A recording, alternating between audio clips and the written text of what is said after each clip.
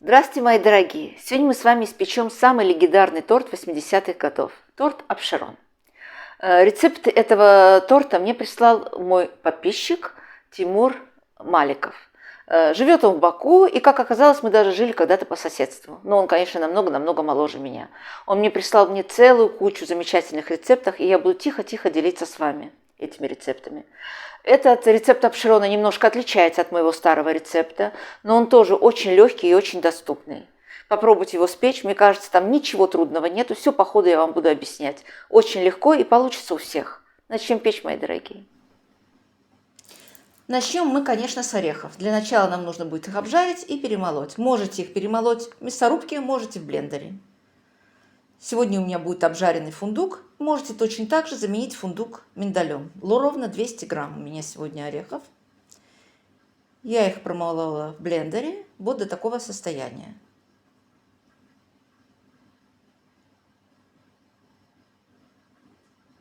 Все, орехи у нас готовы. Можно их обжарить на сковородке, можно, конечно, их и обжарить в духовке. Нам понадобится 6 яиц. Яйца по желанию, конечно, но лучше всего взять их комнатной температуры, чтобы они были. Отделяем от белков желтки. Желтки нам пригодятся, мы их сделаем очень-очень вкусные печенье потом. Рецепт я вам покажу. И точно так же мы должны будем отделить все яйца, желтки от белков.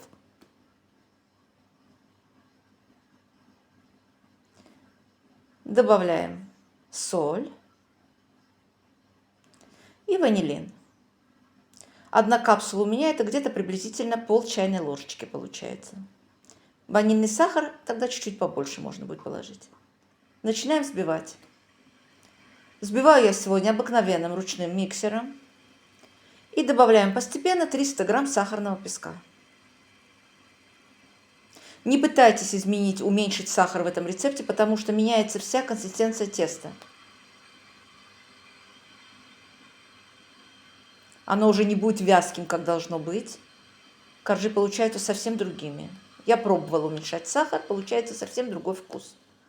Вот до такого состояния я взбивала ровно 6 минут. Белки. Вот до такого состояния. Духовку включаем разогреваться на 175-180 градусов. Добавляем постепенно просеянную муку 100 грамм. Как вы поняли, этот рецепт отличается от моего другого рецепта. Перемешиваем аккуратненько. Этот апшерон получается у нас на белках.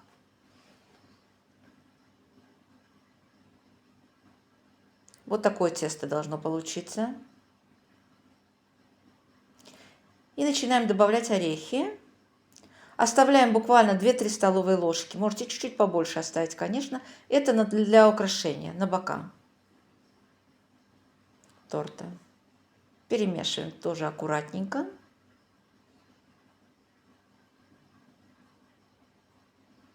Коржи выпекаются 20 минут. Каждый корж у меня выпекался.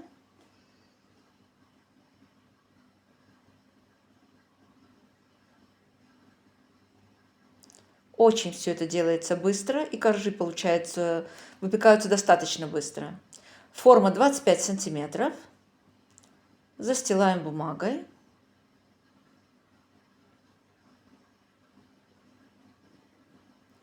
И приблизительно 1/3 теста выкладываем в форму. Распределяем равномерно, чтобы корж у нас получился ровненький.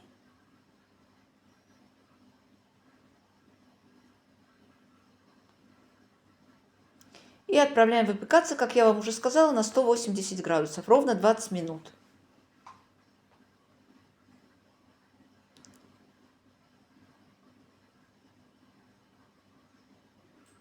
Точно так же выпекаем и остальные 2 коржа. У нас получается 3 коржа.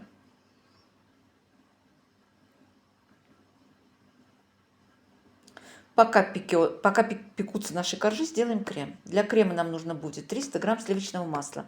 Вот здесь я внесла свои изменения в рецепт, потому что в рецепте 200 грамм сливочного масла и банка сгущенного молока. Я увеличиваю сгущенное молоко на 200 грамм, полторы банки, и увеличиваю на 100 грамм сливочное масло, 300 грамм сливочного масла. Это все я делаю для того, чтобы украсить. Ванилин добавляем и взбиваем.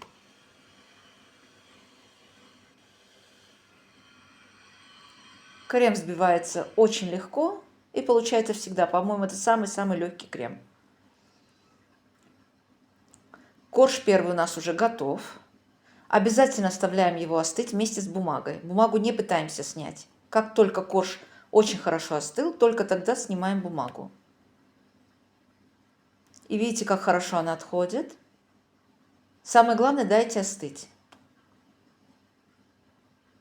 Аккуратненько снимаем. И точно так же проделаем со всеми остальными коржами. Начинаем собирать торт. Переворачиваем корж. Верхняя часть идет вниз, а донышко сверху. Приблизительно 3 столовые ложки крема. И размазываем тоненьким таким слоем.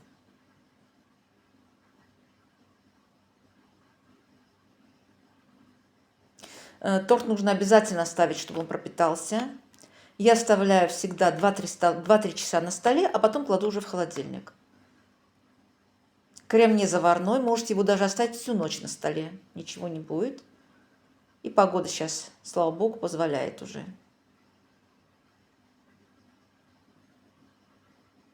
Пишите мне, с каких городов, с каких частей света вы меня смотрите. Очень интересно будет знать, откуда.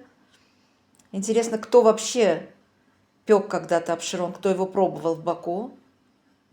Мне кажется, это очень старый, очень легендарный торт. Это как бы визитная карточка Баку. Все, кто приезжал когда-то в Баку, обязательно его пробовали. Мы его покупали всегда из-под полы тогда, давно. Очень давно. Этот рецепт тоже очень удачный. Мне он очень понравился. Вот таким образом оставшиеся орехи украшаем ими бока торта. В оставшийся крем 2-3 столовые ложки крема. Добавляем 1 столовую ложку какао и размешиваем. Это мы делаем для того, чтобы сделать сверху сеточку, украсить, так сказать, наш торт. Если не хотите, просто-напросто обсыпьте. Уложила я крем в кондитерский мешочек с обыкновенной насадкой, звездочкой, и делаю вот такие вот полосочки, квадратики, так сказать. Сделаем потом. Но это уже, конечно, на любителя, поэтому я вам покажу уже конечный результат. Торт, как я вам уже сказала, обязательно оставляем пропитаться. Огромное спасибо Теймуру Маликову за его рецепт. Огромное спасибо всем вам за то, что вы смотрите и готовите по моим рецептам. Пишите мне, получается у вас, не получается, что бы вы хотели еще увидеть, нравится или нет. И пробуйте. Получается очень вкусно, сладко. С чаем, мне кажется, это замечательно. Маленький кусочек никому не повредит. Всем приятного аппетита, приятного чаепития. Заходите, пишите и будем дружить. Пока-пока.